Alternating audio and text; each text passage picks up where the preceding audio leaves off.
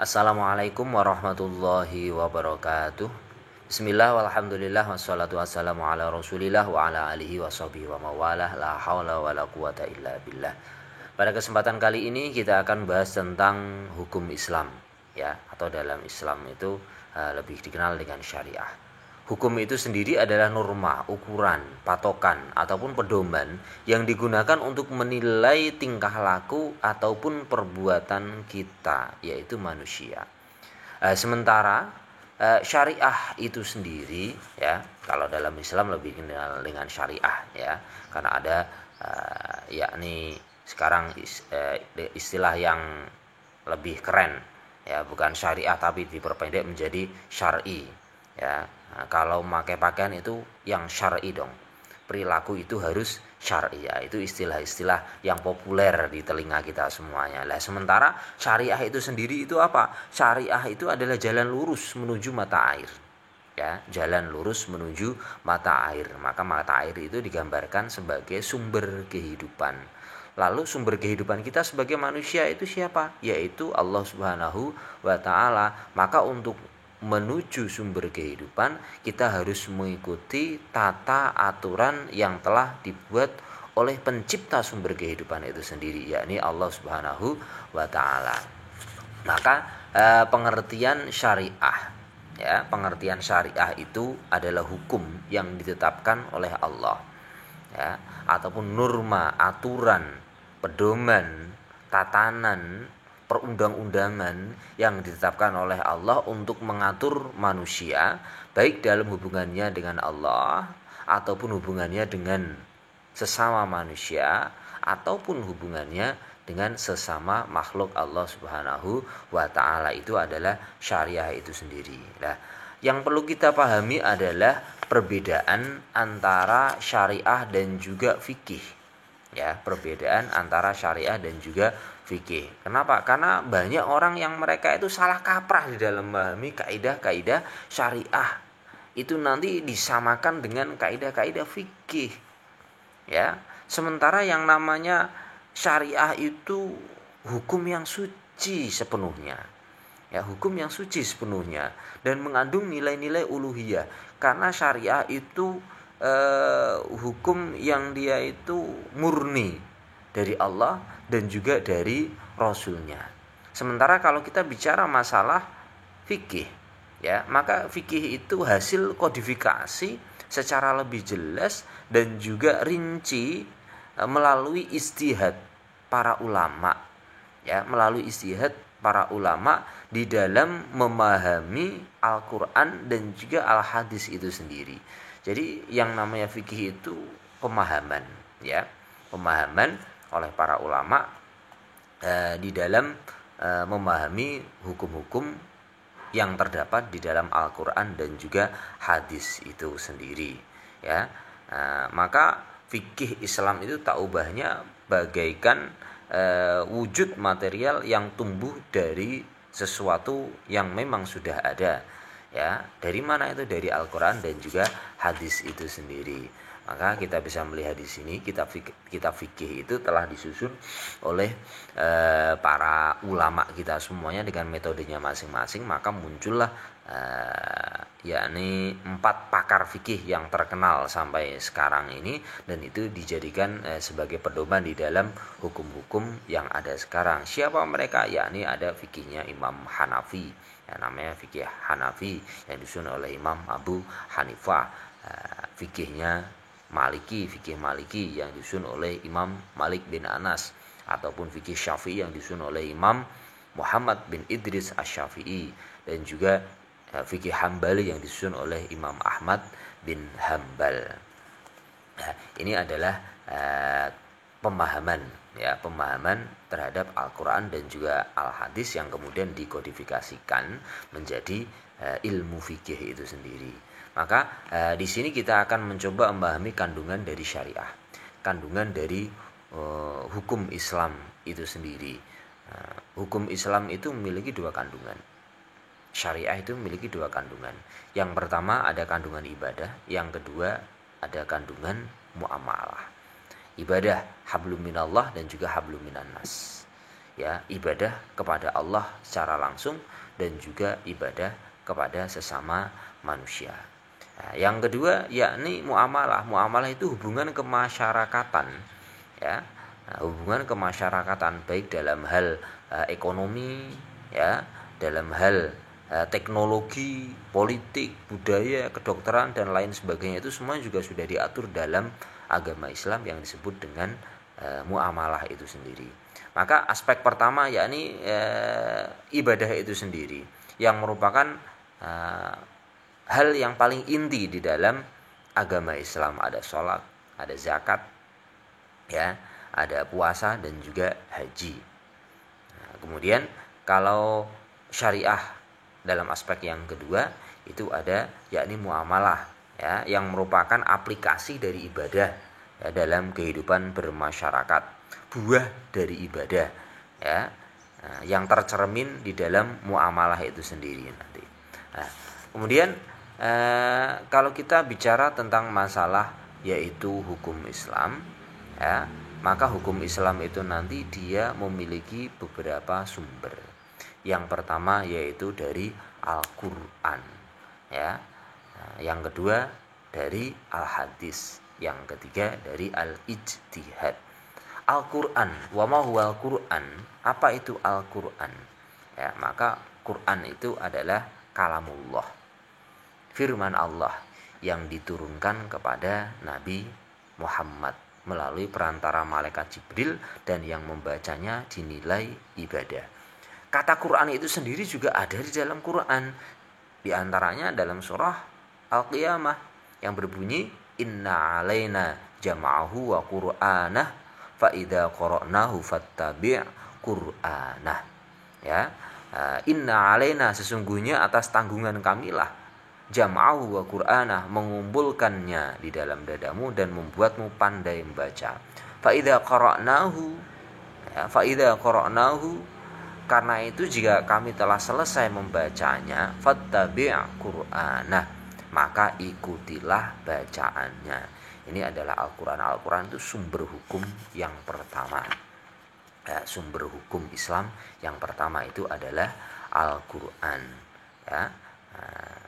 Fungsi dari Al-Qur'an itu ada kalanya yang berhubungan dengan kitab-kitab sebelumnya.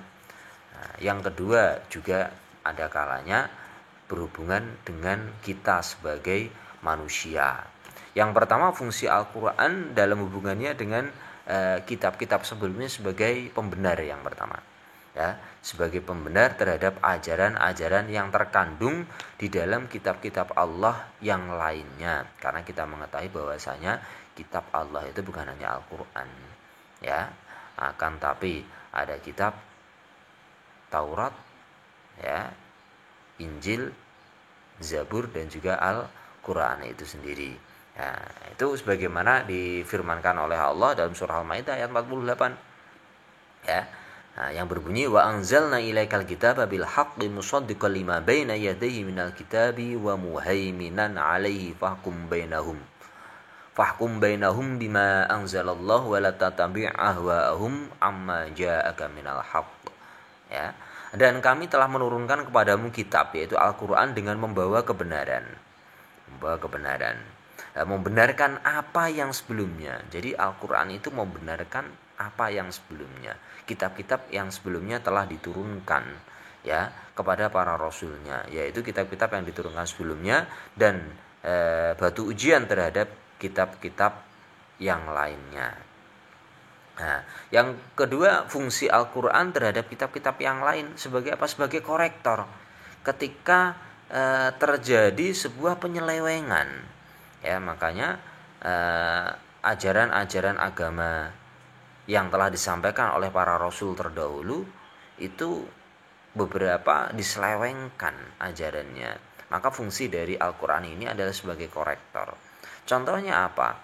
Di dalam kitab Injil tidak ada perintah untuk menyembah kepada Nabi Isa. Tidak ada istilahnya di sana bahwasanya Isa itu adalah Tuhan, Isa itu adalah anak Tuhan, tidak ada. Ya, makanya kemudian dikoreksi di dalam Al-Qur'an itu dalam surah apa? Surah Al-Ikhlas.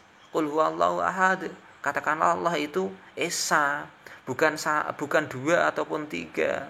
Ya, tidak ada Tuhan anak, tidak ada Tuhan Bapa. Allahus Somad. Allah itu tempat bergantung segala sesuatu. Lam yalid wa lam yulad. Tidak beranak dan juga tidak pula diperanakkan. Kalau ada Bapak berarti ya kemudian diperanakkan ataupun diperanakkan, ada bapak ada anak, maka ini langsung dikoreksi dalam surah Al-Ikhlas kita, lam yalid wa lam yulad wa lam yakul lahu kufuwan ahad, dan tidak ada yang setara ya dengannya. Nah, ini sebagai korektor ya terhadap kitab-kitab yang terdahulu. Kemudian yang ketiga sebagai penyempurna terhadap ajaran kitab-kitab yang terdahulu. Jadi kalau kitab-kitab suci yang terdahulu itu hanya ditunjukkan kepada suatu golongan manusia tertentu ya untuk kurun waktu tertentu pula, sehingga hanya sesuai dengan kondisi dari waktu-waktu tertentu pula dan tidak dibutuhkan lagi ya pada waktu yang sekarang. Berbeda dengan Al-Qur'an, karena Al-Qur'an itu diturunkan untuk menyempurnakan kitab-kitab suci yang sebelumnya, dan ini bukan hanya untuk yaitu umat terdahulu saja, tapi sampai akhir zaman. Ini adalah Al-Qur'an. Kemudian Al-Qur'an fungsinya dalam hubungannya dengan manusia, yang pertama sebagai petunjuk, hudal lil muttaqin, ya, petunjuk bagi orang-orang yang bertakwa. Lah, makna petunjuk itu kalau diibaratkan sekarang ini seperti yaitu kita mau kemana, arah tujuan hidup kita itu kemana, maka kita harus mencari tahu tentang jalannya. Nah, misalnya saja kita mau bepergian ke suatu tempat, maka kalau zaman sekarang ini menggunakan teknologi maps, ya, menggunakan teknologi map itu adalah petunjuk kita. Ya, ketika kita mau bepergian, kita buka map, kemudian dia akan mengarahkan. Ya, tapi terkadang map itu juga sering menyesatkan kita. Ya, arahnya sudah benar, kemudian ternyata sampainya malah kuburan, ya, sampainya malah kuburan. Nah, kenapa? Ya karena itu namanya teknologi buatan manusia. Manusia itu lemah, sehingga teknologi buatan manusia pasti ada kelemahannya. Nah, berbeda dengan Quran. Quran itu adalah kalamullah, firman Allah, ya, firman Allah, dan tidak ada kelemahan sama sekali. Dan apa yang ditunjukkan oleh Allah di dalam Al-Quran itu sudah pasti hak, ya, kebenarannya sudah pasti benar. Nah, itu adalah yang namanya Al-Quran. Nah, fungsinya dalam hubungannya dengan manusia, yang pertama sebagai petunjuk, hudal lil muttaqin. Yang kedua sebagai pendorong, motivasi kepada manusia, ya, motivasi kepada manusia agar mereka itu mau berbuat baik, ya, dan juga meninggalkan sesuatu yang buruk. Istilahnya itu amar ma'ruf nahi mungkar. Dan yang ketiga, fungsi dari Al-Quran dalam hubungannya dengan manusia sebagai peringatan dan pelajaran bagi manusia, yang mana ketika kita buka Al-Quran banyak sekali kisah-kisah Nabi terdahulu, banyak sekali pelajaran-pelajaran ataupun ibrah yang bisa kita ambil dari kisah-kisah umat-umat terdahulu, agar kita semuanya itu bisa lebih bertakwa, bisa lebih taat kepada Allah Subhanahu wa taala. Ya, dengan apa? Dengan usaha kita semuanya. Makanya kalau kita mengikuti sholat Jumat kan, wasiat bertakwa itu menjadi salah satu rukun. Ittaqullah haqqa tuqatih wa la tamutunna illa wa antum muslimun. Nah, bertakwalah kepada Allah dengan sebenar-benarnya takwa. Aimastata'tum itu mencurahkan segenap kekuatan yang kita miliki dengan penuh kesabaran, kesadaran, ketaatan kita menjalankan perintah Allah Subhanahu wa taala. Nah, ini adalah fungsi Al-Qur'an dalam hubungannya dengan manusia yang kedua, yang ketiga, maaf. Kemudian Al-Qur'an itu sendiri adalah kalamullah. Al-Qur'an itu sendiri adalah firman Allah. Maka yang menjaga kemurnian, keaslian dari Al-Quran itu adalah Allah Subhanahu wa ta'ala. Makanya ketika pada masa kehidupan Rasulullah sudah ada perintah untuk menuliskan ayat-ayat Al-Quran, tapi belum ada perintah untuk menuliskan apa yang disampaikan oleh Rasulullah dalam artian yakni hadisnya.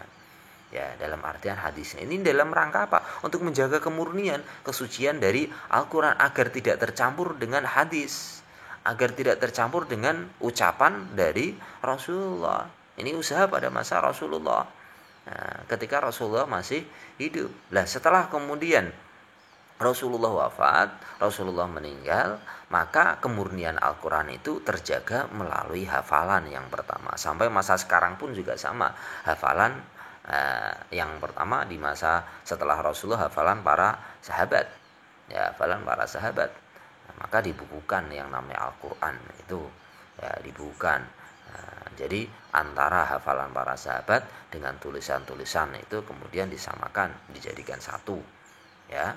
Nah, maka muncullah yang pertama kali itu diantaranya Mushaf Utsmani yang kemudian diperbanyak, ya, diperbanyak lagi karena untuk menyamakan bacaan, karena pada waktu itu sudah muncul beberapa bacaan yang berbeda-beda dalam Al-Quran sesuai dengan logatnya, wilayahnya masing-masing, ya.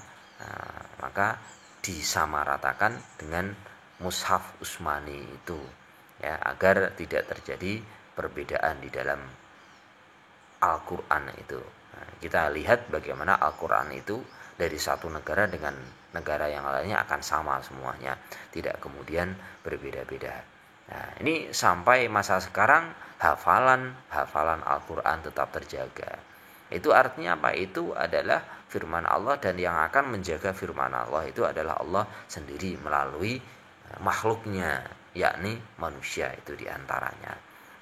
Nah, kemudian selanjutnya sumber hukum yang kedua yaitu al-hadis. Wa ma huwal hadis? Apa itu hadis? Qaulan au fi'lan au takrirar Rasulullah. Ucapan, ya, ucapan ataupun perbuatan ataupun persetujuan, ketetapan dari Rasulullah. Ini adalah al-hadis. Lah, yang sering menimbulkan perbedaan itu biasanya dari kalangan hadis. Ya, dari hadis itu sendiri. Ya, karena kalau kita lihat Quran itu di mana-mana sama. Ya, di mana-mana sama. Nah, sementara kalau kita bicara masalah hadis, ya, ada yang kemudian hadis yang membolehkan, ada hadis yang kemudian tidak memperbolehkan. Nah, maka kemudian dari para ahli fikih tadi, Imam Hanafi, Imam Maliki, Imam Syafi'i, Imam Hambali, kemudian mereka meriwayatkan hadis yang kemudian juga ada persamaannya, juga ternyata ada yang dia menggunakan hadis yang berbeda. Kenapa seperti itu? Kenapa kok kemudian bisa berbeda-beda? Ya, karena kita lihat bagaimana sejarahnya. Pada masa Rasulullah masih hidup, yang pertama tidak diperbolehkan menuliskan yang namanya Al-Quran. Maka hadis itu dikumpulkan jauh setelah masa Rasulullah wafat. Berarti menggunakan apa? Menggunakan daya ingatan dari para sahabat, ya, yang masih hidup pada waktu itu. Sementara kalau ternyata sahabat sudah tidak sudah wafat ataupun sudah meninggal itu, maka menggunakan, ya, sanad-sanadnya nanti, ya, urutan-urutan hadis itu didapatkan dari siapa saja. Maka kita melihat bagaimana yang namanya macam-macam hadis, ya, macam-macam hadis itu nanti ditinjau dari segi jumlah orang yang menyampaikannya ataupun sanadnya. Nah, maka hadis itu nanti dibedakan menjadi hadis yang dia itu mutawatir, ya, masyhur dan juga ahad. Nah, kalau hadis itu nanti mutawatir, maka hadis itu diriwayatkan oleh banyak orang, kepada orang yang banyak, ya, yang menurut akal itu sudah tidak mungkin lagi, ya, mereka bersepakat untuk berdusta. Nah, kalau hadis mutawatir ini ada yang kemudian lafzi, yakni redaksinya sama, dan ada yang maknawi, ya, yang sama itu yakni isinya, ya, redaksinya berbeda tapi isinya sama. Nah, kalau hadis yang dia itu masyhur, itu hadis yang diriwayatkan oleh orang yang banyak kepada orang yang banyak, tapi tidak sampai derajat yang dia itu mutawatir. Nah, ya, tidak sampai derajat yang mutawatir. Nah, apalagi kalau hadis yang ahad, bawahnya lagi hadis yang diriwayatkan oleh seorang ataupun lebih, dan dia itu tidak sampai kepada derajat masyhur ataupun yang dia itu mutawatir. Nah, ini dilihat dari segi jumlah orang yang menyampaikannya. Jadi banyak yang menyampaikan, ya, banyak yang menyampaikan ataupun yang menyampaikan satu ataupun lebih. Nah, itu nanti masih kemudian akan dinilai lagi dari banyaknya orang yang menyampaikan itu, maka mereka tidak mungkin untuk berdusta. Nah, ini nanti mencapai derajat yang dia mutawatir, derajat yang dia itu masyhur ataupun ahad. Nah, sementara kalau dilihat dari kualitasnya, maka hadis itu nanti bisa dibedakan menjadi hadis yang dia itu sahih, hasan, dhaif ataupun maudhu. Ya, hadis yang sahih berarti diriwayatkan oleh orang yang banyak dan juga kuat hafalannya, materinya baik, ya, tidak bertentangan dengan Al-Qur'an maupun hadis-hadis yang lebih kuat. Nah, dan tidak bertentangan pula dengan akal sehat kita semuanya, ya, dengan akal kita, dan bersambungan sanadnya dapat dipertanggungjawabkan. Ini adalah hadis yang dia itu sahih. Kalau hadis dhaif, hadis yang lemah. Dhaif itu yang lemah, baik karena terputus salah satu sanadnya, ya, salah seorang pembawanya mempunyai kredibilitas yang kurang baik, maupun materinya yang bertentangan dengan Al-Qur'an. Nah, ataupun hadis lain yang lebih kuat, ya, maupun akal sehat. Sementara kalau hadisnya hadis maudhu, itu ada hadis yang palsu, ya. Maudhu itu adalah hadis yang palsu, ya, yang dibuat oleh seseorang dan dikatakan sebagai sabda ataupun perbuatan Rasul. Nah, sementara kalau hadis hasan itu kan hadis yang memenuhi persyaratan hadis sahih, hanya saja pembawanya itu kurang kuat hafalannya. Itu hadis yang hasan itu di bawah sahih sedikit, ya, di bawah sahih. Nah, kemudian kalau hadis itu nanti selanjutnya dilihat dari orang yang berperan, ya, dalam berbuat dan berkata, maka hadis itu nanti akan dibedakan menjadi hadis yang marfu, mauquf, dan juga maqtu. Marfu itu hadis yang benar-benar bersumber kepada Nabi. Artinya orang yang berperan dalam berbuat, ya, mengucapkan, melakukan ataupun menyetujui itu adalah Nabi. Lah kalau mauquf, hadis yang dia itu bersumber kepada para sahabat, ya, pada para sahabat, sahabat Nabi tentunya, ya. Artinya orang yang berperan dalam berbuat maupun berkata itu adalah sahabat Nabi dan Nabi tidak menyaksikannya. Lah kalau hadisnya hadis maqtu, hadis yang bersumber kepada tabi'in, bawahnya lagi kan ada Nabi, ada sahabat, kemudian ada tabi'in. Ya, artinya orang yang berperan dalam berbuat maupun berkata itu adalah tabi'in. Ya. Nah, sementara kalau hadis itu ditinjau dari segi diterima atau tidaknya, maka hadis dibedakan menjadi hadis yang maqbul dan mardud. Ya, maqbul dan mardud. Maqbul berarti hadis yang diterima kebenarannya sebagai sumber nilai dan norma dalam ajaran agama Islam. Ya, di antaranya tadi hadis yang sahih dan juga hadis yang hasan. Lah kalau hadis yang mardud itu hadis yang harus ditolak dan tidak boleh dijadikan, ya, sebagai pegangan dan sumber nilai di dalam ajaran agama Islam. Di antaranya apa? Yaitu hadis yang dhaif ataupun hadis yang maudhu. Walaupun hadis yang dhaif itu boleh digunakan, tapi dalam yakni fadhailul amal, ya, dalam fadhailul amal. Nah, kemudian selanjutnya ini adalah macam-macam hadis. Kemudian yang ketiga, ketika kita bicara tentang masalah yaitu sumber hukum yang ketiga, yakni yang disebut dengan ijtihad. Ijtihad itu usaha sungguh-sungguh, ya, usaha sungguh-sungguh para mujtahid untuk mengetahui, menentukan hukum yang bersumber dari Al-Quran dan juga Al-Hadis, yang mana hukum itu tidak ditemukan pada masa-masa sebelumnya di antaranya.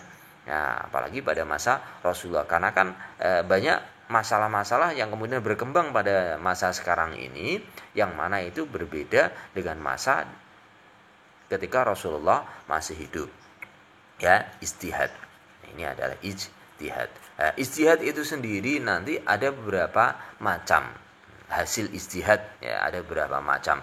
Ada kalanya ijma, qiyas, istihsan, masalihul mursalah, ada pula diantaranya istishab, syadud darai ataupun urf.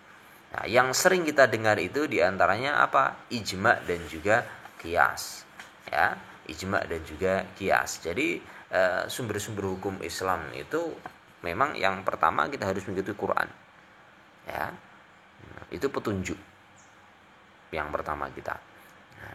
Pedoman di dalam kehidupan kita semuanya. Yang kedua itu adalah al-hadis, yang ketiga itu barulah kemudian ijtihad. Ijtihad biasanya lebih dikenal dengan ar-ra'yu, pendapatnya para ulama dalam mengetahui menentukan hukum. Itu pun juga harus mencari tempat bergantungnya hukum dari mana? Dari Al-Qur'an dan juga dari al-hadis. Tidak bisa kemudian keluar dari keduanya itu.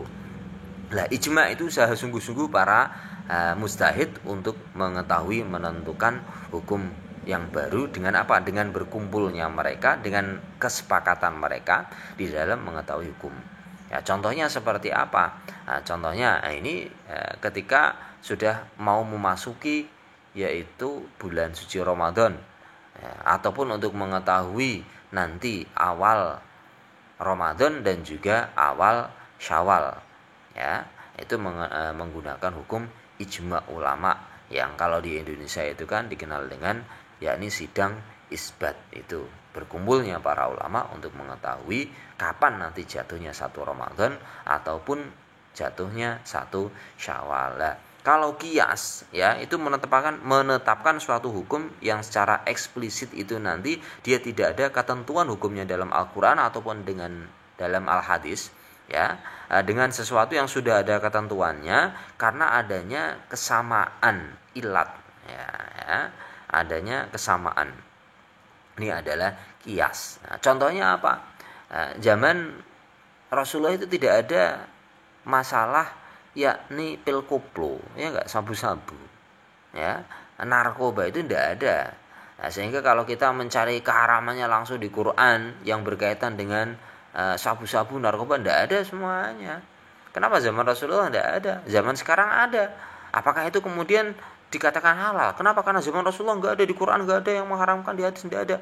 Bukan, itu tetap haram, tapi digunakan yang namanya qiyas, ya, digunakan dengan yang namanya qiyas, penyamaan suatu hukum karena ada kesamaan terhadap hukum-hukum yang telah ada pada zaman terdahulu. Contohnya ini disamakan dengan kesamaan apa? Kesamaan efek akibat, ya, pengaruh.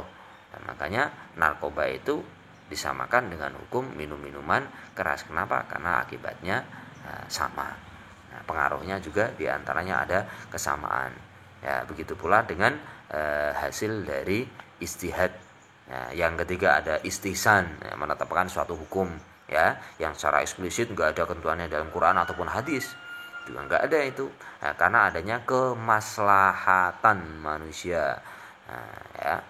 Kemudian ada masalihul mursalah, menetapkan suatu hukum yang secara eksplisit juga nggak ada ketentuannya dalam Al-Quran ataupun Al-Hadis, juga nggak ada, ya.